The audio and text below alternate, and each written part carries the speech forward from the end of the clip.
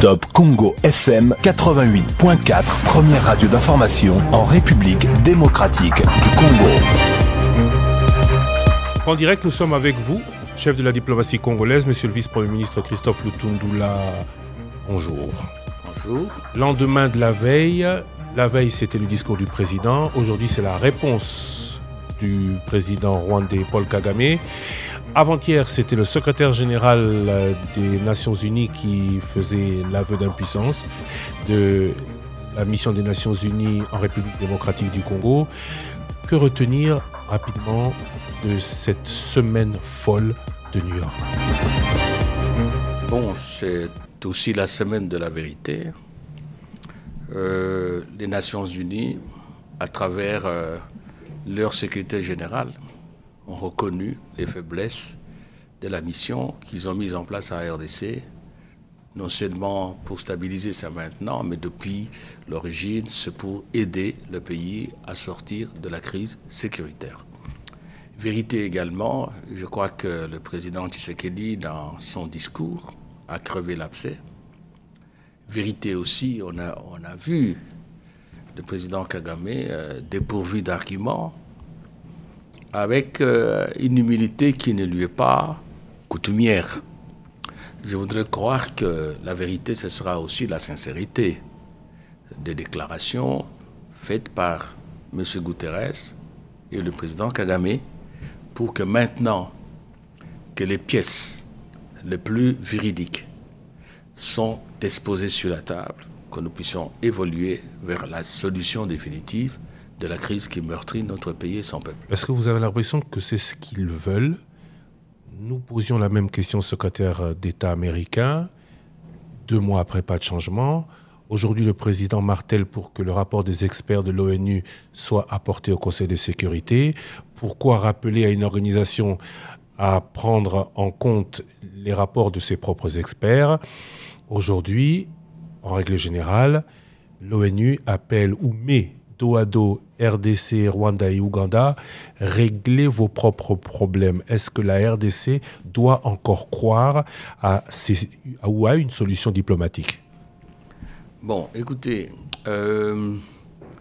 moi je pense que, à ce qui nous concerne, parce que vous terminez par une question sur la RDC, le président l'a dit à maintes reprises, nous ne sommes pas des vats en guerre. Je l'ai déjà dit, au nom de la République, au nom du président, que nous n'avons aucune intention d'agresser, de livrer la guerre à personne.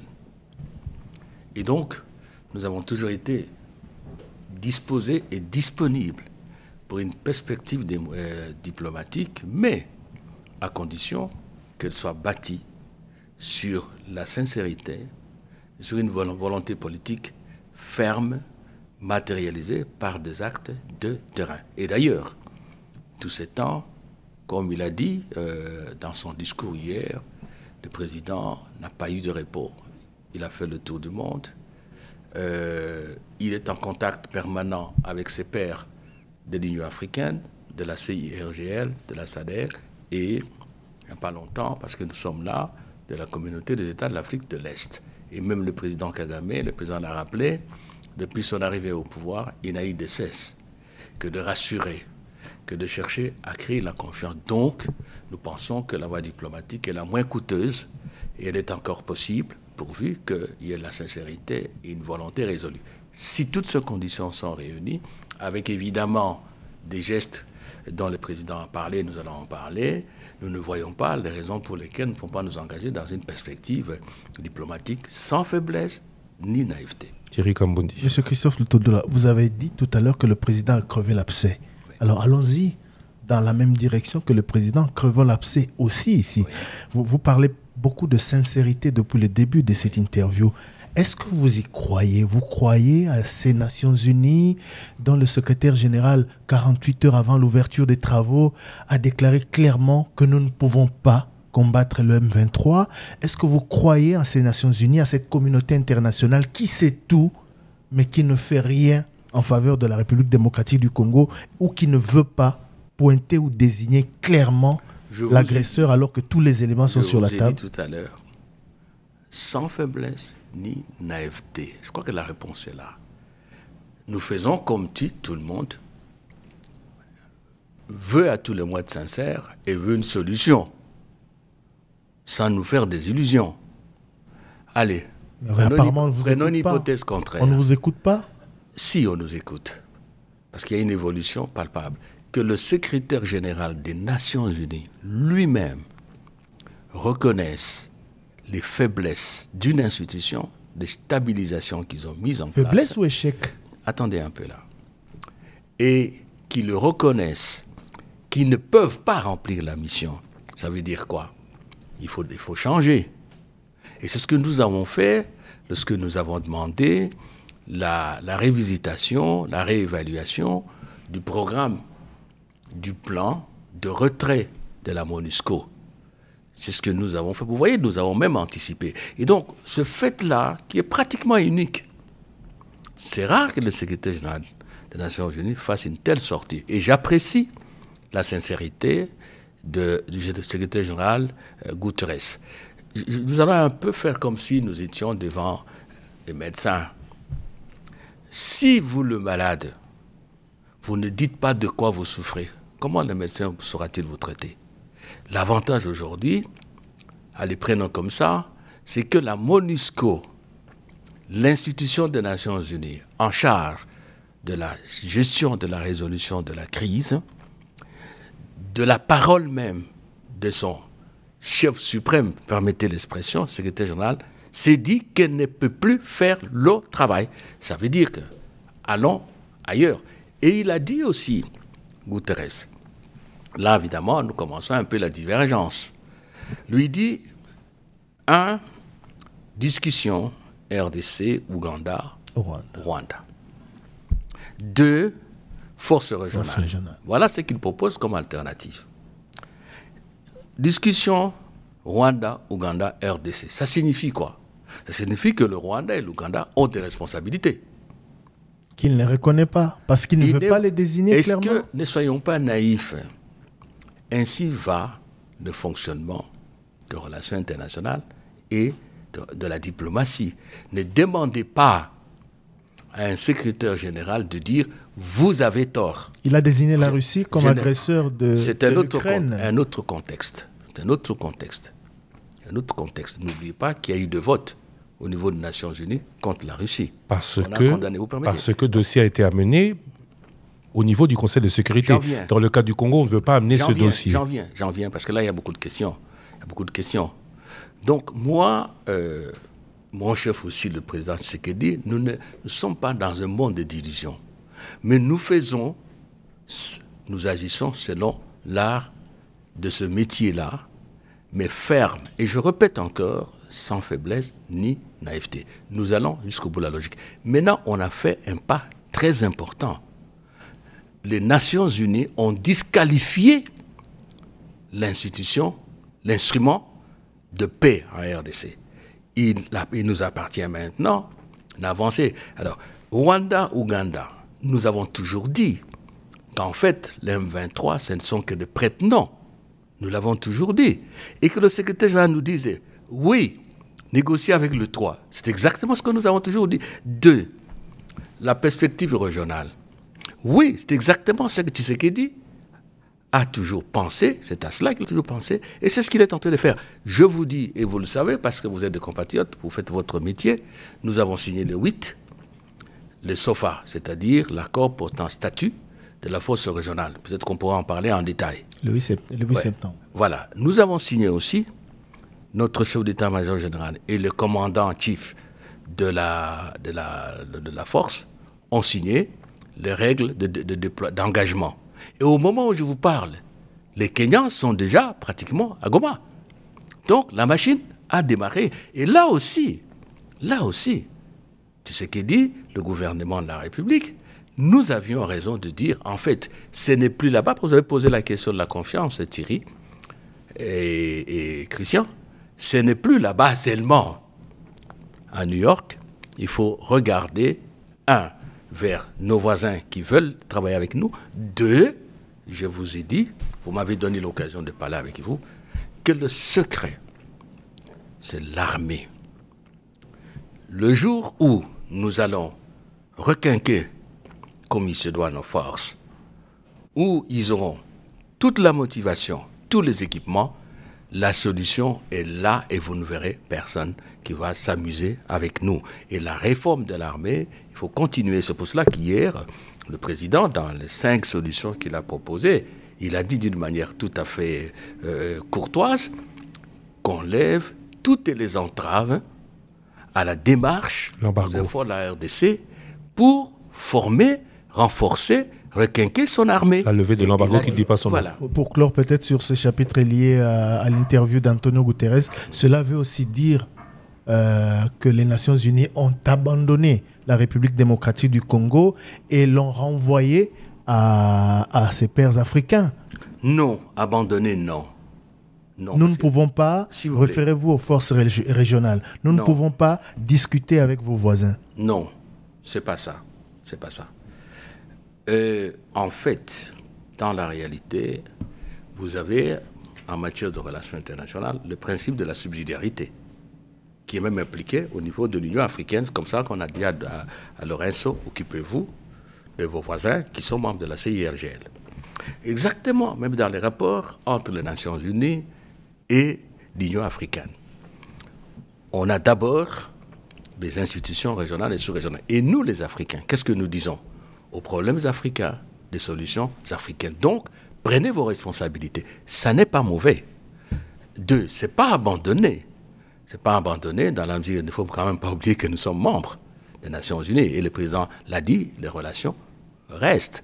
C'est pas abandonné dans la mesure où, il ne faut pas oublier, dans le processus de Nairobi, par exemple, les Nations Unies sont parmi les observateurs. C'est pas abandonné dans la mesure où il y a des démarches qui se font pour voir dans quelle mesure les Nations Unies peuvent soutenir la force régionale. Et le Conseil de sécurité au mois de mai, lorsque j'étais de passage ici, en a parlé, il y a une déclaration, Guterres aussi, il parle de cela.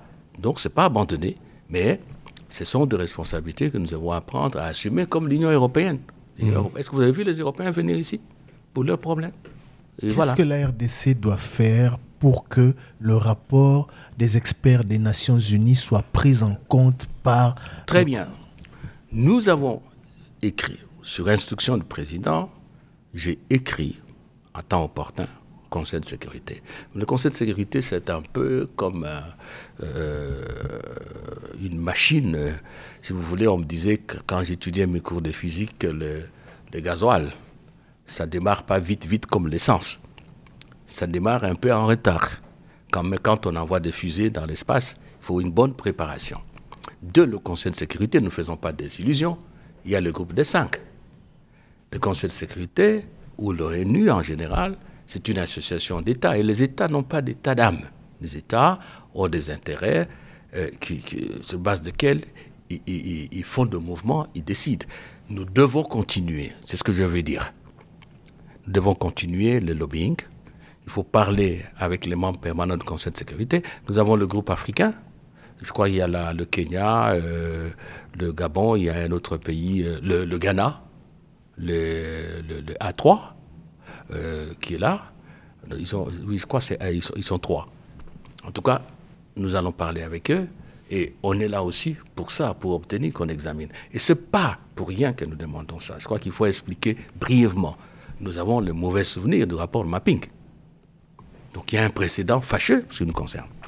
2, pour nous, il faut qu'on arrête, et le président l'a dit hier, de cette dénégation et honte, comme il a dit, pour utiliser son expression, du Rwanda. Et d'ailleurs, je constate que le président Kagame n'a pas osé répliquer à ce que le président Tshisekedi a dit. Et il faut que cela s'arrête, parce que maintenant, c'est pour ça que je dis, c'est vraiment l'heure de la vérité. Toutes les pièces, dans leur crudité et dans leur nudité, sont sur la table de négociation. Donc il faut clore ce dossier-là. Et il faut aussi tirer les conséquences. Le président l'a bien dit hier, si vous ne faites pas ça, précédent fâcheux, on peut s'amuser à fouler aux pieds le droit international et tout, comme c'est le cas aujourd'hui pour le Rwanda, Conseil de sécurité, tout ça, à dire vos et vaches. 2, c'est encourager le mal. 3, vous avez commencé par une question comme ça. Est-ce que vous croyez en l'ONU, la question de crédibilité et d'image pour les Nations Unies. Et c'est pas peu, parce qu'au Congo, quand même, on n'a pas toujours de bonnes expériences avec les Nations Unies. Donc, pour nous, il faut aller avec ce rapport, en finir et dire le diagnostic est bien posé par Félix-Antoine Tshisekedi, reconnu par Guterres, reconnu implicitement par le président Kagame qui parle maintenant que bon, c'est possible de trouver un compromis, ne sert à rien d'incriminer, mais les premières incriminations sont venues d'eux. Voilà. Monsieur le ministre, aucune armée ne viendra mourir pour la RDC. Le Rwanda est mieux équipé, la solution est politique, dit même Paul Kagame dans son discours ici, à la 77e à l'Assemblée générale des Nations Unies. La solution est militaire, vous dites à raison que non, elle est politique. Qui a l'initiative de la prochaine étape, puisqu'on parle maintenant de dialogue entre RDC, Rwanda et Ouganda?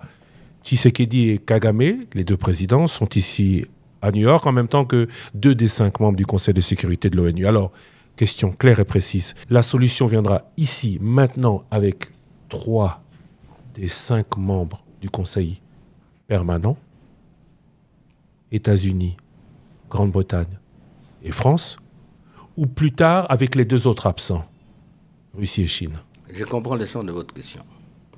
Mais moi, je dis que c'est un puzzle. Cette solution peut être considérée globalement comme un puzzle.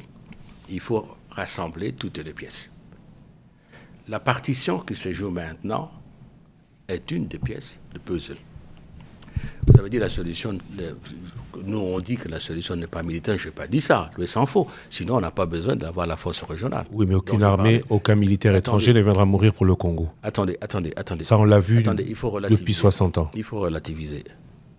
Parce que nous n'allons pas cracher sur l'histoire. Nul n'a la capacité d'effacer de l'histoire et de l'ignorer. Tenez-la, il n'y a pas quelques mois, les militaires de la MONUSCO qui sont morts parce que le M23 et le Rwanda ont tiré. Ils sont morts parce qu'on a tiré, ils ne sont pas morts parce qu'ils sont pas morts parce qu'ils sont partis se battre. Attendez un peu. On a besoin plus de force de stabilisation, mais de force d'action. Non, c'est une mauvaise interprétation des faits. Ces militaires-là, s'ils étaient dans leur pays, ils seraient vivants aujourd'hui. Oui, mais attendez un peu là. Les Tanzaniens plutôt. Il y a combien? Peut-être 2-3 ans. Oui. C'est ce qui s'est passé. Eux, ce n'était pas de la stabilisation. C'était une force spéciale. Non. Le problème n'est pas de dire force spéciale ou non. Vous avez dit aucun militaire, aucune armée étrangère ne viendra mourir en RDC. Non, parce que, à part Artemis de l'Union européenne, excusez-moi, à part Artemis de l'Union européenne et les forces tanzaniennes, elles viennent tous en pacification ou en stabilisation. Je ne parle pas d'Artemis. L'Artemis, ça fait son temps. Ne mêlons pas les choses, on va passer à côté de l'essentiel. Les militaires qui viennent, les casquets bleus, les troupes internationales, ils ne viennent pas pour se laisser couper la gorge, pour se laisser tirer dessus. C'est très clair. La responsabilité, c'est d'abord à nous, les Congolais. C'est pour ça que je parle de la refondation de notre armée. Oui, mais le temps que ça se fasse, le mandat qui est le leur... Attendez un peu là. Mais il ne reste pas moins vrai, ce n'est pas moi qui le dis, ce sont les faits, que ces enfants d'autres cieux ne sont pas de Congolais. Accidentellement ou non, ils ont perdu, ils ont versé leur sang. Ce n'est pas seulement celui qui est au front et sur qui on tire, qui meurt pour la RDC. Fermons la parenthèse, parce que ce n'est pas ça l'essentiel. Vous avez posé une question. Du mandat. Mandat. Non, la question c'était de savoir... en cas d'armée, qu'ils aient un mandat ferme de pouvoir attaquer. Attendez. 2, en termes politiques, à quand rencontre entre Paul Kagame et Félix Tshisekedi et qui a l'initiative? Il ne faut pas entourer des mythes, cette rencontre-là. Elle peut avoir lieu demain, après-demain, je ne sais pas où. Les rencontres, il y en a eu quand même. Ce n'est pas naïf. Ce n'est pas comme une automate. On appuie sur un bouton et vous avez la paix. Oui, mais attention. C'est pour ça. Attendez un peu. Donnez-moi le temps de vous répondre, s'il vous plaît. Je vous ai dit, c'est un puzzle. Considérez l'avènement de la paix, la solution, comme un puzzle d'éléments. La partition qui se joue maintenant à New York, c'est une pièce de ce puzzle-là. Ce n'est pas pour rien qu'il y a le groupe des 5. Ça veut dire que ces 5-là ont la responsabilité de la paix, du maintien de la paix et de la sécurité internationale. Lisez l'article 1.1 de la Charte des Nations Unies. Donc, ce n'est pas à négliger, ce n'est pas non plus à dire aux Congolais que non, parce qu'on se retrouvait à New York, tout seul. 2, je vais parler de la subsidiarité. Je vais parler le principe cardinal aujourd'hui aux problèmes africains, des solutions africaines. Nous ne pouvons pas donner l'impression que le Conseil paix et sécurité de l'Union africaine, qui fait un travail appréciable, que la communauté de l'Afrique de l'Est, ça ne vaut pas la peine, que la SADC, qui a accepté, et là je vous donne en primeur, la semaine passée, je participais en vidéoconférence à une réunion du comité ministériel de l'organe chargé de la paix, de la sécurité et des questions politiques de la SADC. Oui, mais les tireurs de ficelles ne sont pas forcément africains. Laissez-moi vous donner l'information. Nous avons discuté, les pays membres de la SADC qui sont à FIB, la brigade d'intervention, la Tanzanie, l'Afrique du Sud, le Malawi, ils ont affirmé qu'ils sont prêts à prendre le relais de la MONUSCO et même à leur charge. Donc, il ne faut pas considérer que là-bas, en Afrique, on est en train de blaguer. Et je vais vous donner l'information que la force régionale est en déploiement. Donc, ce que je vais vous dire, c'est qu'on ne peut pas négliger une pièce, on ne peut pas négliger un acteur international important, parce que vous faisiez allusion à la Russie et à la Chine. Donc, nous sommes en train de rassembler petit à petit les pièces de ce puzzle qui est la solution finale, sans oublier notre responsabilité comme nation. Oui, mais aujourd'hui, l'occasion est unique. Nous sommes à New York. 3 des membres permanents du Conseil de sécurité sont ici. Oui. La bonne foi de Paul Kagame est entamée. La relever... Sa crédibilité aussi. ...devant eux est encore mieux que de la relever autour de ses pairs africains, pour lesquels, certains le disent, il a une certaine condescendance. Oui. Est-ce qu'on peut penser que le président Tshisekedi rencontrera dans ces conditions le président Paul Kagame ici, pendant ce séjour à New York, en présence de ses membres du Conseil de sécurité? On ne pose pas de questions aux journalistes. Dans ces conditions, ça signifie quoi? Ça signifie... Dans ces conditions, quel est l'élément négatif? J'étais en train de vous expliquer que la solution à notre crise, prenez-la comme un ensemble de pièces, internes et externes, qui vont réunir. Et dans l'externe, vous avez l'international global et vous avez la région et le sous-région. Donc, le président Tshisekedi n'entend pas donner l'impression qu'il vient résoudre la question du retour de la paix et de la sécurité dans notre pays uniquement à New York. Ça, c'est une extraversion qu'il ne peut pas accepter, que nous ne pouvons pas accepter. Mais nous disons que nous faisons partie de la communauté internationale, nous sommes membres des Nations Unies, nous faisons partie d'un continent qui a ses méthodes, ses approches, ses structures. Regardez un peu là, parce que moi, je n'aime pas la langue de bois. La force régionale. Savez-vous que maintenant, le Sénégal a déjà donné sa contribution, 1 million d'euros. L'Angola a déjà disposé de sa contribution, 1 million d'euros. La communauté d'Afrique de l'Est a déjà mis en place un fonds spécial. L'Union africaine est en train d'étudier la possibilité de mettre en mouvement la facilité de paix et de parler avec nos partenaires. Pensez-vous, dans ces conditions, Christian, que nous pouvons nous permettre raisonnablement de dire « oui, tout se termine ici ». Monsieur le vice-premier ministre, ministre des Affaires étrangères, mettons de côté les Nations Unies, toutes les tractations qu'on a évoquées ici, mettons de côté la force régionale et tous les soutiens que la RDC bénéficie éventuellement de ses pairs de la région. Vous avez dit tout à l'heure que nous devons nous assumer. Qu'est-ce que et le président l'a répété. Oui, mais de quoi la RDC dispose aujourd'hui pour faire peur ou faire reculer le Rwanda en dehors de tous ces discours, celui du président, le vôtre, et tous ces discours qu'on entend à longueur de journée, que c'est le Rwanda qui soutient le M23, de quoi nous disposons pour faire reculer le Rwanda? Une très bonne question. Nous disposons d'une arme puissante, peut-être qu'on ne voit pas. C'est cette mobilisation patriotique des Congolais. Ce n'est pas un petit élément. Regardez, les années 60, le Vietnam, il y avait la France là-bas. Il y avait les États-Unis. On me dit que déjà à l'époque des années 60, les Américains utilisaient déjà l'Internet. Le peuple vietnamien était déterminé. Il a administré des échecs cuisants et aux Français qui les ont colonisés et aux Américains avec l'OTAN. Vous comprenez?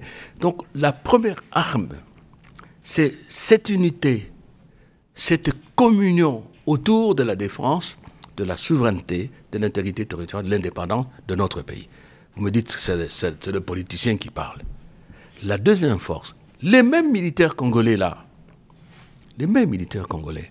Écoutez, il y a des gens qui sont là depuis 20 ans, mais qui se battent.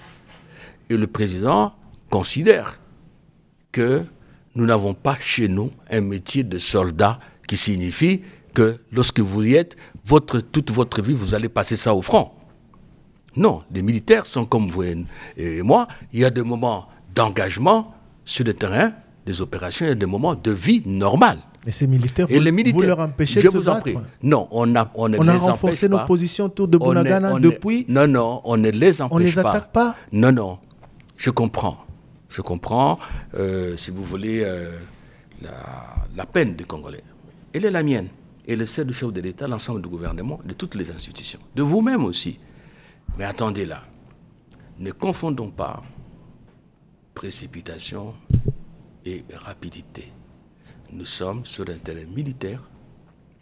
Il faut bien préparer les choses. Ça fait plus de 100 jours, monsieur le vice-président. Oui, les 100 jours ne valent rien par rapport à la vie de nos compatriotes qui sont dans l'armée. Si on peut trouver une solution, comme on avance maintenant, je ne suis pas d'un optimisme béat, mais je sais qu'on avance.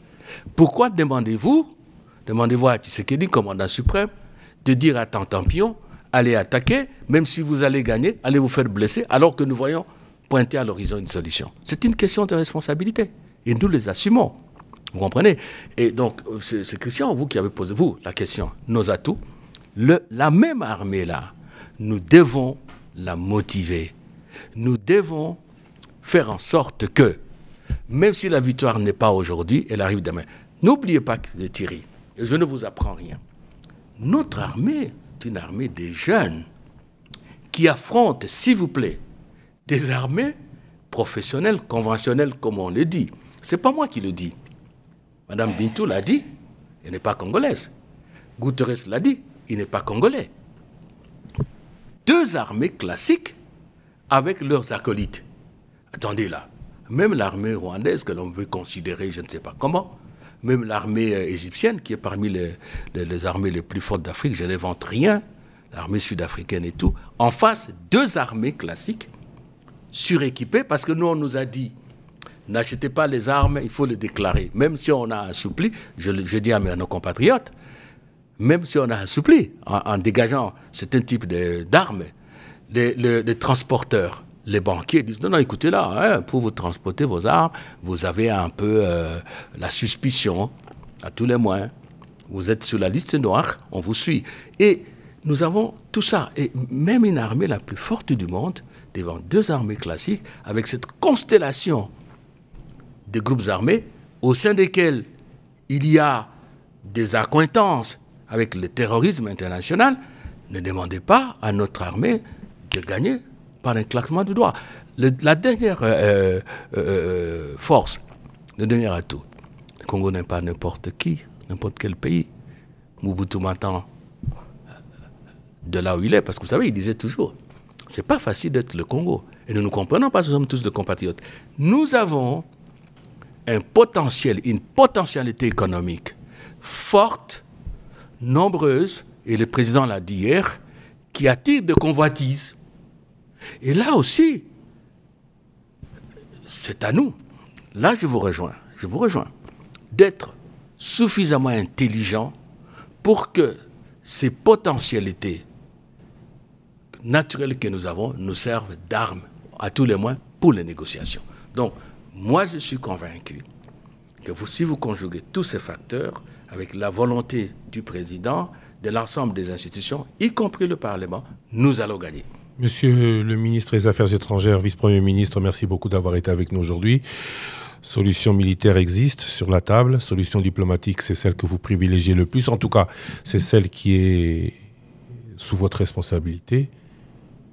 Les premiers signes, les premiers résultats, on peut les annoncer à quand pour les Congolais impatients après plus de 100 jours d'occupation, notamment de Bunagana?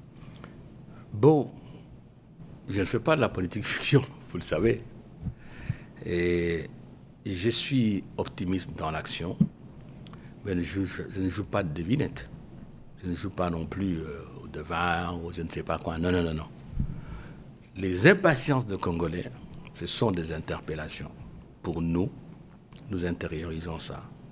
Et je peux le dire en me disant sous le contrôle du président, parce que c'est lui qui est le commandant en chef, pas moi, commandant suprême, qu'il y a un peu de lumière. Les ténèbres ne nous empêchent plus de voir, ne fût-ce que l'éclaircie, si vous voulez, de l'aube qui pointe quelque part. Perspective ni proche, ni moyenne, encore lointaine? Réelle. Monsieur le vice-premier ministre, je vous remercie. Top Congo FM 88.4, première radio d'information en République démocratique du Congo.